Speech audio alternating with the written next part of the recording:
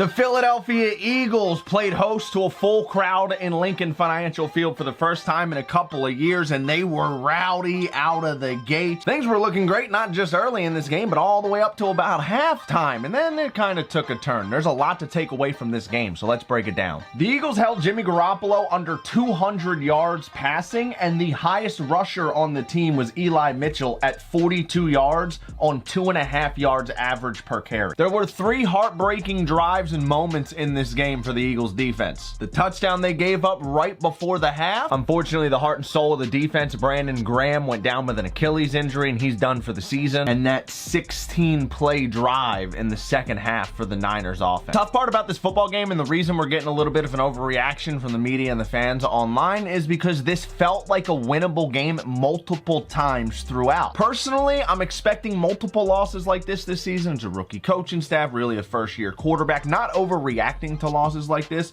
and giving the team a chance to get better throughout the season is probably the best route to go here for our mental health. Second quarter of this football game, the defense gave up an 11-play drive that chewed up almost 7 minutes of play time, but the Niners had to punt at midfield. The Eagles then had that drive, which ended up really being the turning point in this game, the 6-play drive. They had that huge play to Quez Watkins down the field to get inside the red zone. Short yardage is where this team needs to get better. I don't think they lose this football game if they go up 10-0 in the second quarter when they were down in the red zone. If you were committed to 4-down territory before the 4th down actually occurred, I'm more a fan of doing the trick play on 3rd down than 4th down. It's kind of obvious dragging Greg Ward onto the field for 4th down that you're going to try something weird. The Niners were prepared for that 4th down trick play with Greg Ward. It did not work, and then the worst case scenario played out. This defense that had been very good up until this point gave up 97 yards and a touchdown right before the half. But how do you respond to that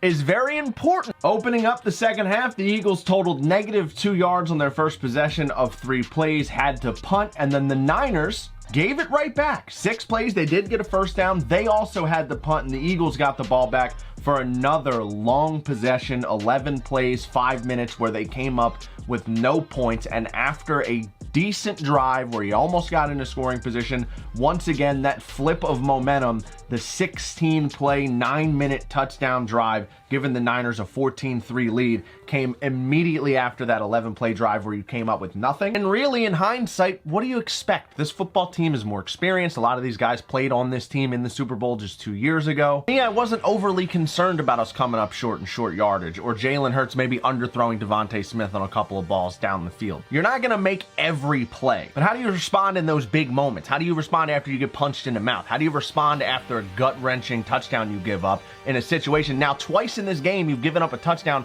after a big drive where you came up with nothing. That's tough to handle. How does this football team respond after going down 14-3? As a matter of fact, it ended up being 17-3 in the 4th quarter because the Eagles only tallied 12 yards on that next possession after the touchdown, but they didn't quit. And I think this is very indicative of Jalen Hurts and his work ethic and his current position on the locker room in this football team. They did end up having a touchdown drive before this game ended, made it 17-11. The defense had a shot to get us the ball back. They could not. The more experienced 49ers, who are now 2-0, I think will be a playoff team, just simply got the job done. Yes, there are a lot of things the Eagles could have done a little bit better, but like I said earlier, we're probably going to lose a few more games this year in this fashion, where we simply just get outplayed or outmatched a little bit by a better team. When we start rolling over and dying in the 3rd and 4th quarter of these games, that's when I'll get concerned. Or if we keep making the same mistakes over and over again, that's when I'll get concerned. But on paper, going into this game and in hindsight, looking back, none of this really shocks me. I thought we did a lot of things really well. There were some obvious things that we could have done better. People were talking about arm strength with Jalen Hurts. I thought he threw a great ball to Quez Watkins on that 91-yard pass. He got a lot of those yards after the throw, of course, but again, that Devontae Smith ball in the end zone, right at the goal line of the end zone, was underthrown by a few yards. You could make the argument that he slipped on the release, though, but is that really an excuse? How often does Aaron Rodgers slip? It's not really an excuse. Plant your feet. So I get all that. I know it's Philadelphia. We're going to be overcritical of everything, but try and take a breather. Remember, this is a rookie coaching staff. There's 17 games this year. Give Jalen a chance. We did a lot of things well yesterday. The 49ers are a good football team, and we got Dallas coming up, baby. We got to rally behind these boys on the road down there in Texas. We need a big W to make it 2-1. I don't care what the Birds do on the year. we're a young team. We gotta beat the boys. And those Cowboys are feeling good about themselves. Last minute win this week. Let's go down there and burst their bubble. It's going to be their second straight home game. Maybe they got that excitement of their first home game out of the way. Yeah, they're pumped up. The Eagles are coming down there, but they're always a little concerned they're going to lose this game. We got to go down there to Texas, take care of business. I'll see you guys next week. I'm out. Peace. The Phillies are just 2 games out of first place now in the NL East. They won 2 out of 3 in New York. They had an opportunity to sweep last night, but Jeff McNeil with a 7th inning homer. They had 2 more innings to come back. They could not get it done, but they did win 2 out of 3 in Queens. They're just 2 games out of first place now. And once again, I'm talking about this schedule. I hate that I keep bringing up this schedule because these are the series where we just keep getting so excited and then they just like randomly let us down. The 47-102 Baltimore Orioles are coming to town. And then when we're done with the Orioles, we're going to play the Pittsburgh Pirates. Another 7-game homestand against the exact type of teams you would hope to be playing in this scenario. And while the Braves aren't playing world beaters either, they are traveling cross country. We lost 3 games in Arizona when we needed wins on that trip. You never know. This team needs to take care of business. This is your chance. And in my opinion, the way we end this season, the taste that it leaves, how things play out here over the next 2 weeks could really drive the direction of the franchise this offseason. MVP Bryce Harper continues his torrid pace, driving in runs, getting on base, doing all kinds of damage in this Mets series. He has been red hot since the All-Star game. I can't even make the comparison anymore. I can't keep up.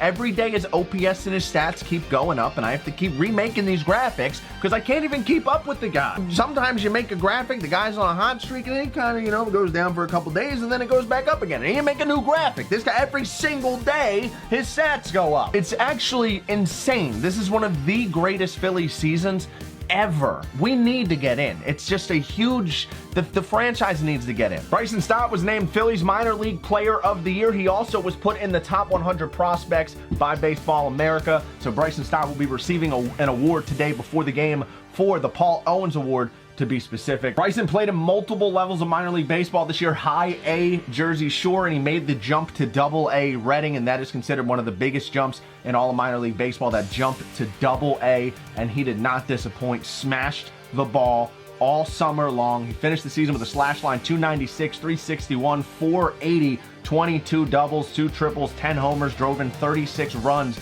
That's just in Double A. He's also played third and second base at times this year. The Vegas roommates are going to be a lot of fun to watch for years to come. We're playing the Baltimore Orioles, but John Means has been a bright spot for this franchise over the last 2 years. One of the worst teams in the league. John Means has thrown no hitters. He's pitched in the All-Star game. He has been a tough cookie to get runs against, and we've got to show up today and get the job done. You can't drop the first game of a 7-game homestand against a team that's already over the 100 loss mark. It will not go over well with this crowd. On the other side from John Means is going to be one of the Phillies' bright spots. Ranger Suarez throwing tonight. ERA still at 1.50. It seems like the more innings we give this guy, the better he gets. A tough matchup of 2 southpaws. Who's going to cry? I think the team that gets on the board first has a really good chance of winning this. Runs may be hard to come by the first 5 or 6 innings of this game. You want to have the lead at that point.